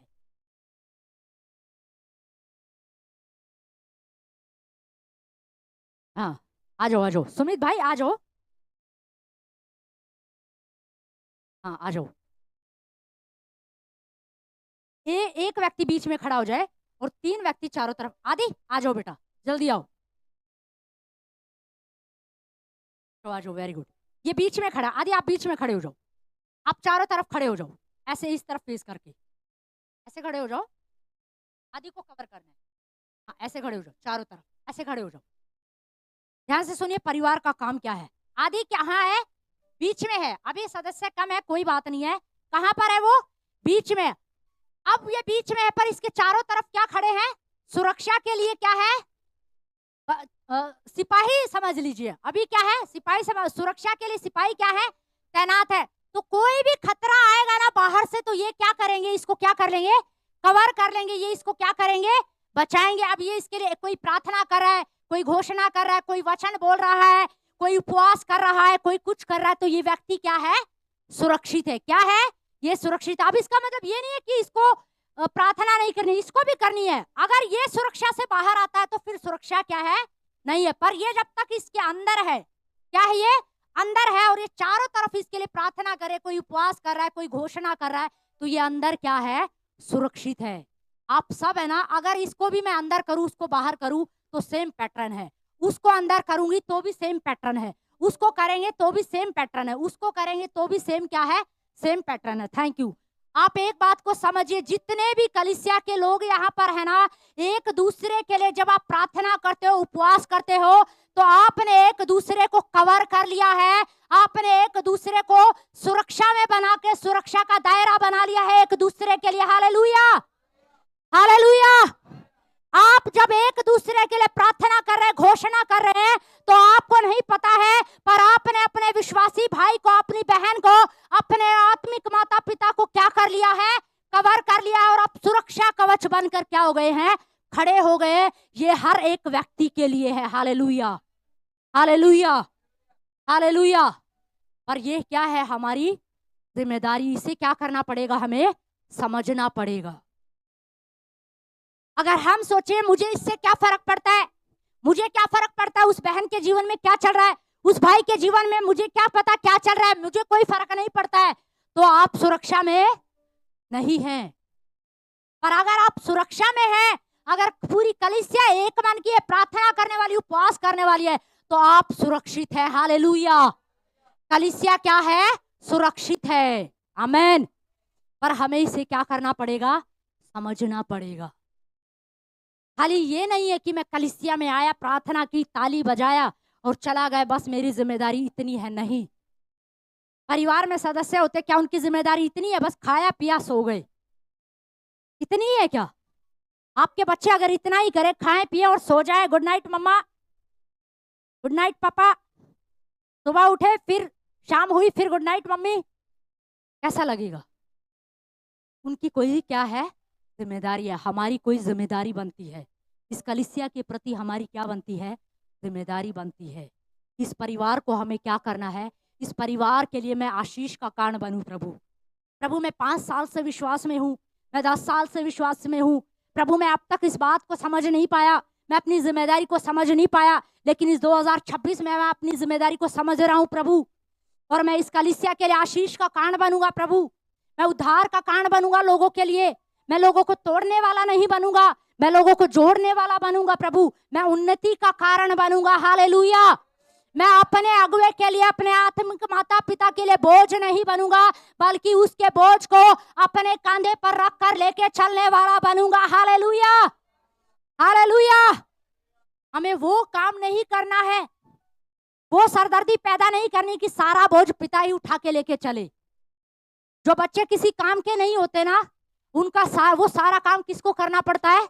माँ बाप करते हैं बेचारे। करते कि नहीं करते? करना पड़ता है उनको। क्या करेंगे? समझ रहे? किसी घर में जवान बच्चे होते ना, और अगर वो किसी काम के नहीं होते, तो बाप बूढ़ा हो गया ना, वो तब भी बुढ़ापे में ही क्या करेगा? काम करता है। सारे काम करेगा बुढ़ापे में, पानी भी लाएगा, बिजली का बिल भी भरेगा, सारी चीजें क्या है वो करता है। तो हमें ऐसी संतान क्या है? ऐसी संतान नहीं बनना जो पिता के ऊपर बोझ बन जाए। हमें ऐसी संतान बनना है, हमें ऐसा सदस्य बनना है कि हम अपने अगुवे के साथ खड़े होकर कंधे से कंधा मिलाकर इस कलीसिया की उन्नति का कारण बन सके। हालेलुया। इस बोझ को उठा के लेके चलने वाले हम बन सके। आमीन, हालेलुया। हमें बोझ क्या है? बोझ नहीं बनना है। प्रार्थना भी पास्टरी करे, उपवास भी पास्टरी करे, भोर की प्रार्थना में भी पास्टर अकेला आए, उसकी पत्नी आए चले गए, ठीक है, पास्टर और उसकी पत्नी तो आ ही रहे, हमारी क्या जरूरत है? हमें बोझ क्या है? नहीं बनना। मैं आपको एक बात कह रही हूं, नूह प्रचार करता रहा, आज भी नूह प्रचार करता रहेगा। आज भी नूह क्या करता रहेगा? प्रचार करता रहेगा। और बाइबल में लिखा है अंत के दिनों में, क्या लिखा है? अंत के दिनों में भी ऐसा ही होगा जो नूह के दिनों में हुआ था। नूह के दिनों में क्या हुआ था? नूह प्रचार कर रहा था और लोगों को कोई फर्क नहीं पड़ रहा था। बाइबल में साफ लिखा है, ध्यान से सुनिए आप, साफ लिखा है बाइबल में कि अंत के दिनों में भी ऐसा ही होगा। ये हमारे लिए चिन्ह है, ये हमारे लिए एक सबक है, एक बहुत बड़ी सीख है। मुझे और आपको पता कि अंत के दिनों में क्या होने वाला है। लिखा जो नूह के दिनों में हुआ था ना, वही अंत के दिनों में होगा। ध्यान से सुनिए आप, वही कब होगा? अंत के दिनों में होगा। नूह प्रचार करता रहेगा और लोग सुनते थे, क्या कर रहे थे? ऊपर से टाल रहे थे, उनको कोई फर्क नहीं था। पास्टर बोल रहा है प्रार्थना करो, छोड़ो ना। पास्टर बोल रहा है उपवास करो, छोड़ो ना। पास्टर बोल रहा है समय से चर्च आओ, अरे छोड़ो ना। कब से बोल रहा है? बोलने की आदत है इसको, बड़बड़ाने। 5 साल हो गए इसको बोलते, 10 साल हो गए, 20 साल भी हो जाएंगे। नूह को भी 120 साल हो गए थे। और बाइबल में लिखा है नूह और उसका परिवार क्या किया गया? बचाया गया। ध्यान रखिए, ये बहुत बड़ी बात है। लिखा नूह और उसका परिवार क्या किया गया? बचाया गया। लोगों की नजर में नूह क्या था? पागल। धर्मी तो परमेश्वर की नजरों में था। अगर लोग समझ जाते तो सारा किस्सा ही खत्म हो जाता। समझ रहे हो? लोगों की नजर में नूह क्या था? पागल था। अरे दोनों पति पत्नी जब देखो एक ही बात बोलते रहते, प्रार्थना क्या करो, उपवास क्या करो, चर्च समय से आया करो, समय से। अरे समय से आने से क्या होता है? अटेंडेंस लगा तो रहे, हाजिरी दे तो रहे हैं। लिखा नए नियम की कलीसिया 7 दिन मिलती थी। प्रभु आपको 7 दिन मिलने के लिए नहीं कह रहा है। प्रभु कह रहा है बेटा 6 दिन खाओ पियो ऐश करो। ऐश करने का मतलब ये नहीं है कुछ भी खाओ पियो, अच्छा खाओ जो आपकी हेल्थ के लिए अच्छा है। अच्छा अच्छा खाओ पियो, समझ रहे हो? तो 6 दिन अच्छा खाओ पियो ऐश करो। घूमना है घूमो, अरे भाई कितना ही घूमो। और 7वें दिन प्रभु कह रहा है मेरे भवन में आओ। प्रभु कह रहा है 1 दिन, और 1 दिन में भी क्या पूरा पूरा कितना? सिर्फ 2.5 या 3 घंटे। कितना? 2.5 या 3 घंटे। आपको पता लोग उसमें से भी कंटी मारते हैं। मैं आपको एक ही बात कहना चाहती हूँ, आप मेरा परिवार है, ये घराना है, ये कलीसिया एक परिवार है और हम दिल से इस परिवार को अपना मानते हैं। पर मैं एक बात कहना चाहती हूँ, बाइबल में लिखा है अंत के दिनों में ऐसा होगा जो नूह के दिनों में हुआ था। मैं प्रार्थना कर रही हूँ और मैं आपसे एक बात कहना चाहती हूँ कि वो समय हमारे ऊपर ना आए। Hallelujah, hallelujah. उस समय नूह प्रचार करता रहा पर लोगों को फर्क नहीं पड़ा। पर मैं प्रार्थना करती हूँ प्रभु इस समय जब नूह प्रचार कर रहे हैं ना, तो कलीसिया को फर्क पड़े। हालेलुया, कलीसिया को फर्क पड़े, वो अपनी जिम्मेदारी को समझे, वो अपने कामों को समझे। इस भवन को सफाई रखने की जिम्मेदारी, साफ रखने की जिम्मेदारी सिर्फ अभिषेक और अरुण की नहीं है, इसकी जिम्मेदारी हम भी ले सकते हैं। पास्टर जी हफ्ते में 1 दिन तो हम भी करेंगे। संडे चर्च खत्म होता है, आज हम रुकेंगे, आज हम रुक कर जाएंगे, सब चले जाएंगे, तब हम सफाई करके जाएंगे। हम भी कुछ काम करना चाहते हैं। फ्राइडे को नाइट प्रेयर होती है पास्टर जी, हम 3 घंटे नहीं आ सकते पर हम 2 घंटे तो आएंगे पास्टर जी। हम 2 नहीं आ सकते पर 1 घंटे तो आएंगे पास्टर जी। हम समय से प्रभु के घर में क्या करेंगे? आने वाले बनेंगे। Hallelujah, hallelujah. कलीसिया क्यों बनाई है? कलीसिया इसीलिए बनाई गई है ताकि लोग उसमें आकर क्या करें? सीखें। अगर लोगों को लगता है ना कि मुझे कलीसिया की जरूरत नहीं है, नहीं, बिना कलीसिया के वो क्या हो जाएगा? मर जाएगा। बिना कलीसिया के उसकी प्रार्थनाएं खत्म हो जाएंगी। बिना संगति के उसका वचन पढ़ना खत्म हो जाएगा। बिना संगति के उसका विश्वास कमजोर होने लगेगा। कहने को वो जय मसीह की बोल सकता है, ये ध्यान से सुनिए आप, खाली जय मसीह की बोलने से वो मसीह नहीं बनता है। ये ध्यान से सुनिए, जब एक नए किसी व्यक्ति के लिए हम प्रार्थना करते हैं ना, और जब वो दूसरी बार प्रार्थना करवाता है तो उसको मसीह के बारे में ज्यादा कुछ नहीं पता होता, वो भी जय मसीह की बोल देता है। समझ रहे? जब एक व्यक्ति को पता चल जाता है ना कि यहाँ प्रार्थना करवाने जाते हैं तो जय मसीह की बोलना पड़ता है, तो जय मसीह की तो वो भी बोल देता, पर इसका मतलब क्या वो मसीह है? वो मसीह नहीं है। तो अगर एक व्यक्ति सोचता है ना मैं संगति से बाहर रहकर मैं जी सकता हूं, नहीं भाई, संगति से बाहर आप रह के नहीं जी सकते। एक उंगली अगर हाथ से कट जाए ना, कट के अलग होकर घमंड में चली जाए, बोले मैं तो अपने आप रह लूंगी, वो मर जाएगी। वो शरीर के बगैर रह ही नहीं सकती। एक विश्वासी कलीसिया के बगैर जी ही नहीं सकता।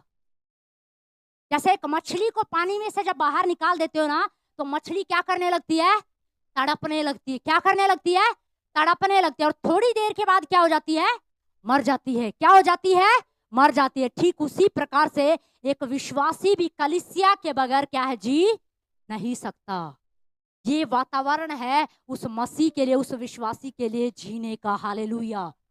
जो किसने बनाया है? यीशु मसीह ने। किसने बनाया है? यीशु मसीह ने। तो हमें चीजों को क्या करना है? समझना है। कलीसिया क्या है? एक परिवार है। बोलो एक परिवार है। बोलो परिवार है। परिवार में एक मुखिया है कि नहीं है? परिवार में भी मुखिया है ना? हमारे घर में भी मुखिया होते हैं ना? होना जरूरी है। अगर मुखिया ना हो तो क्या होगा? और परिवार में कुछ और भी चीजें होती है ना? परिवार में कुछ रूल होते कि नहीं होते? कुछ नियम होते कि नहीं होते? अनुशासन होता है कि नहीं होता है? होता है ना? या चीजें ऐसे ही बिखरी मिलती है, ये इधर वो उधर, ये इधर, सब इधर उधर पड़ा है। घर में क्या होता है? अनुशासन होता है। बच्चों को जिम्मेदारी दी जाती है, बेटा तेरा काम है झाड़ू लगाना, तेरा काम है पोछा लगाना, तुझे बर्तन धोना है, बेटा तुझे डस्टिंग करनी है। सारे काम सबको क्या कर दिए जाते हैं? बांट दिए जाते हैं। सब क्या किया जाता है? रूल बनाया जाता है, अनुशासन बनाया जाता है। बिना अनुशासन के अगर घर चलाओगे तो क्या होगा? सब गड़बड़ हो जाएगी। क्या हो जाएगी? सब गड़बड़ हो जाएगी। स्कूल में भी आप देखोगे अनुशासन है, ऑफिस में आप देखो अनुशासन है। स्कूल में एक ड्रेस ठहराई है कि नहीं ठहराई है? अगर स्कूल में एक अनुशासन बना ही ना ड्रेस का, तो लोग कुछ भी पहन के जाएंगे। बच्चे फिर अपनी मर्जी से, आज तो मैं वो वाली नई वाली जीन्स पहन के जाऊंगी, आज मैं वो नए वाला टॉप पहन के जाऊंगी। पर सब क्या बना हुआ है? नियम बना हुआ है। और नियम बना हुआ है तो स्कूल क्या हो रहा है? चल रहा है। अगर नियम टूट जाए ना तो स्कूल चलने क्या हो जाएंगे? बंद हो जाएंगे। कलीसिया भी एक परिवार है, तो इस बड़े परिवार में भी कुछ नियम होते हैं। नियम होते कि नहीं होते? स्कूल में नियम होता है ना। कितने बजे का स्कूल है? 7 बजे का। सरकारी स्कूलों में तो पहले कितने बजे का होता था? नन्नू और बता देंगे बेटा कितने बजे का होता था? देखा, 6:30 बजे का। कितने बजे का? 6:30 बजे। तो कितने बजे उठते होगे? देखो बताओ कितने बजे उठना पड़ता है? 5 बजे। आप स्कूल कितने हफ्ते में कितने दिन जाते थे? सारे दिन या हफ्ते में एक दिन? सारे दिन स्कूल जाना पड़ता है। और सारे दिन कितने बजे उठना पड़ता है? 5 बजे। कितने बजे उठना पड़ता है? 5 बजे उठना पड़ता है। क्यों उठना पड़ता है? क्या करें? नहाएंगे, तैयार होंगे, तो टाइम क्या है? लग जाता है। और स्कूल वाले कितने बजे बुलाते हैं? 6 दिन बुलाते हैं। कितने बजे बुलाते हैं? 6 दिन। मारते भी है, पीटते भी है। काम नहीं होता तो मारते पीटते कि नहीं पीटते? अब भी 6 दिन हम किससे जाते हैं? टाइम से जाते हैं। प्रभु तो एक ही दिन बुलाता है। कितने दिन बुला रहा है? हफ्ते में एक ही दिन। और उसने 6 बजे का 5 बजे का टाइम नहीं दिया। उसने तो बड़ा अच्छा टाइम दिया हुआ है। हमारी कलीसिया का तो बहुत अच्छा टाइम है। मैं आपको सच बताऊं, 10 बजे का। कितने बजे का टाइम है? बहुत बढ़िया टाइम है। एक जगह मैं सुन रही थी, किसी कहीं कहीं पे 7 बजे का भी टाइम है। भले ही सर्दी है तो भी 7 बजे का टाइम है। आप सोच के देखो। और 7 बजे भी लोग वहां जा रहे हैं। जानते हो क्यों? क्योंकि वो उस कलीसिया के महत्व को क्या कर रहे हैं? समझते हैं। कलीसिया की वैल्यू को क्या करते हैं? समझते हैं। मैं आपको सच बता रही हूँ, जिस दिन आप प्रभु के घर की, प्रभु के भवन की वैल्यू समझना शुरू कर देंगे ना, आपके जीवन में आशीष यूं ही खुलना शुरू हो जाएगा। हालेलुया। आपको बढ़ने से कोई नहीं रोक सकता। मैं आपको बताना चाहती हूँ, जब हम प्रभु में आए थे ना, तो हम कोई बहुत लंबी चौड़ी प्रार्थना करने वाले नहीं थे। हम बहुत बड़े वचन के ज्ञानी नहीं थे। एक शुरू में आया बच्चा क्या एकदम से वचन सीख लेता है? क्या सीख लेता है? नहीं। पर हमें वहां के नियम पता थे। हमें क्या पता थे? हमें नियम पता थे। भाई 9 बजे चर्च में पहुंचना है तो पहुंचना है। उससे पहले ही हम क्या करते थे? पहुंच जाते थे। हमें नियम पता था। कितने बजे चर्च शुरू होता है, कितने बजे खत्म होता है, हफ्ते में कितने दिन प्रार्थना होती है। बस हमें वो चीजें हम करते रहते थे और प्रार्थना करते रहते। आपको पता है ये दिखने में बहुत छोटी बात लगती है, पर इन्हीं छोटी छोटी बातों में हम विश्वास योग्य रहे, वफादार रहे और परमेश्वर ने आज हमें यहाँ पर खड़ा कर दिया। Hallelujah, hallelujah. क्यों खड़ा कर दिया? क्योंकि हम क्या रहे? विश्वास योग्य। प्रभु हमारे जीवन में विश्वास योग्यता को देखना चाहता है। याद रखिए, विश्वास योग्यता बहुत जरूरी है, हर भाग में जरूरी है। वो पिता हर भाग में विश्वास योग्यता को देखना चाहता है। आपको क्या लगता है, स्कूल में जब बच्चे जाते हैं तो अटेंडेंस लगती थी ना? आज भी लगती है ना? स्वर्ग में भी एक अटेंडेंस लगती है, ये सच बात है। वहां पर भी क्या लगती है? अटेंडेंस लगती है कि हम कितने बजे आ रहे हैं, किस समय आ रहे हैं। तो परिवार है तो परिवार में कुछ अनुशासन होते हैं ना, नियम होते हैं ना, और उन नियमों का जब हम पालन करते हैं ना तो हम क्या होते हैं? ब्लेस होते हैं। क्या होते हैं? हम ब्लेस होते हैं, हम आशीष पाते हैं। समझ रहे? और हमें कलीसिया के महत्व को क्या करना पड़ेगा? समझना पड़ेगा। क्या करना पड़ेगा? समझना पड़ेगा। अब बोलो मेरी जिम्मेदारी है कुछ, बोलो कुछ मेरी जिम्मेदारी है, बोलो कुछ मेरी जिम्मेदारी है, बोलो मैं उसे पूरा करूंगा, मैं उसे पूरा करूंगा। इस 2026 में आप निर्णय लें, प्रभु मैं कलीसिया को जोड़ने वाला बनना चाहता हूँ, मैं तोड़ने वाला नहीं बनना चाहता। प्रभु मैं अपने ही परिवार की चुगलखोरी नहीं करना चाहता। प्रभु अपने ही आत्मिक माता पिता की चुगलखोरी नहीं करना चाहता। प्रभु मैं कलीसिया को फाड़ने वाला नहीं बनना चाहता, मैं तोड़ने वाला नहीं बनना चाहता। प्रभु मैं परिवार को ब्लेस करने वाला बनना चाहता हूँ। प्रभु मैं चाहता हूँ मेरे द्वारा लोग आशीष पाए। अगर मेरे द्वारा कोई व्यक्ति आ रहा है प्रभु, वो तुझ में बना रहे। प्रभु वो फल तुझ में बना रहे। प्रभु ऐसा ना हो वो मेरे द्वारा ही आया और मेरे द्वारा ही काटा जाए। नहीं प्रभु, वो फलवंत होना चाहिए। प्रभु क्या होना चाहिए? वो फलवंत होना चाहिए। हमें वो विश्वासी नहीं बनना हम ही लेकर आए और हम ही ने उसे बाहर निकाल दिया। हमें वो काम क्या है? नहीं करना। हम कलीसिया, हम यीशु मसीह की देह हैं। कलीसिया यीशु मसीह की देह है, हम उसके अंग है। हमारा फर्ज बनता है हर एक अंग एक दूसरे का क्या करे? आदर करे। क्या करे? आदर करे। क्या करना है? आदर करना है। और आपको पता है पहली कीमत कलीसिया के लिए किसने चुकाई? यीशु मसीह ने। किसने चुकाई? कीमत चुकाई, तब जाकर ये कलीसिया क्या है? बनी है। पर आपको पता उसके बाद भी कोई कीमत चुकाता है। उसके बाद कलीसिया का अगुवा कीमत चुकाता है। ये सच्चाई है। उसके बाद कलीसिया का अगुवा क्या करता है? कीमत चुकाता है। वो भी अपनी नींद को छोड़ता है, रात को बैठ के प्रार्थना करता है। क्यों जग रहे हो? कलीसिया के लिए प्रार्थना कर रहा हूं। क्यों जग रहे हो? प्रार्थना कर रहा हूं। किस लिए कर रहे हो? कलीसिया के लिए कर रहा हूं।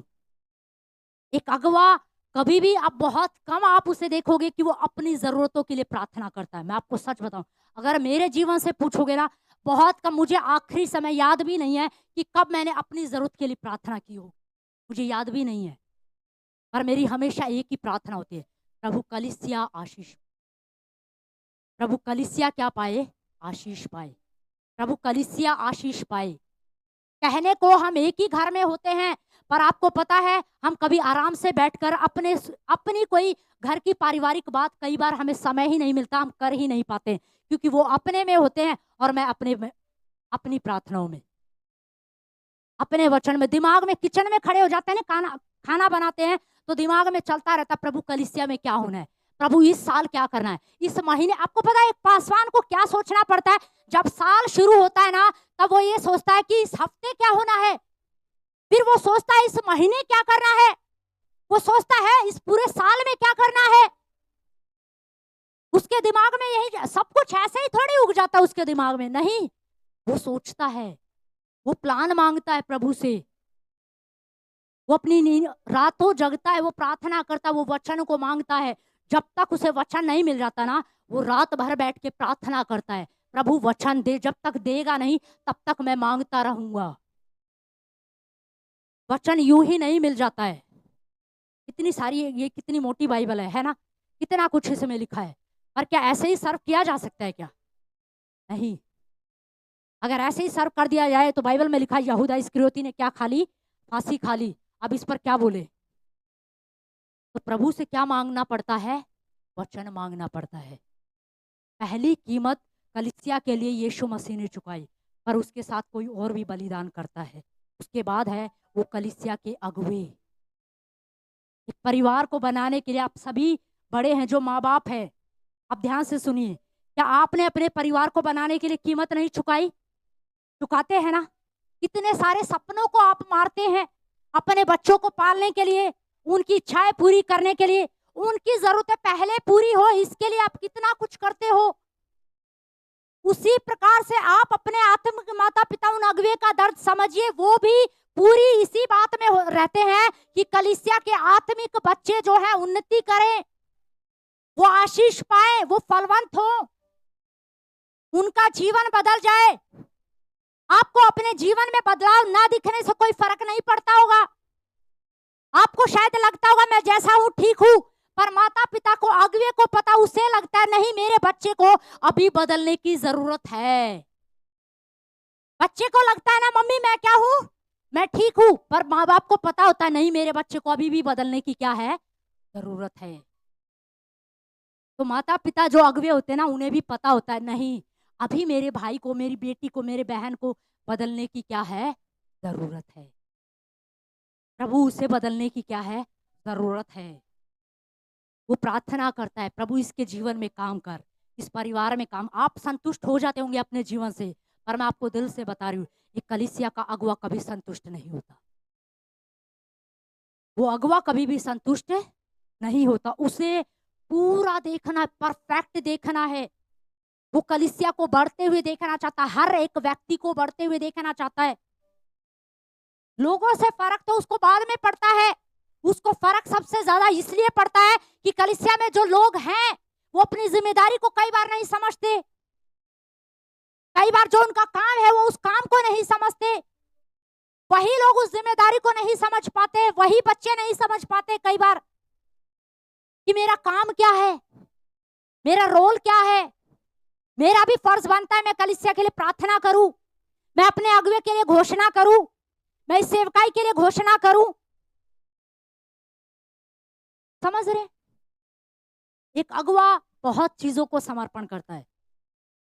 और इतना ही नहीं, मैं आपको सच बताऊं ना तो उस अगुवे के साथ, उस माता पिता उस अगुवे के साथ ना कहीं उसके बच्चे भी समर्पण करते हैं बहुत सी चीजों में। मुझे याद है जब हम शुरू में सेवकाई में जब आए ना तो मेरे बच्चों ने कैसे समर्पण किया, हर एक छोटी छोटी चीज में कैसे उन्होंने समर्पण किया।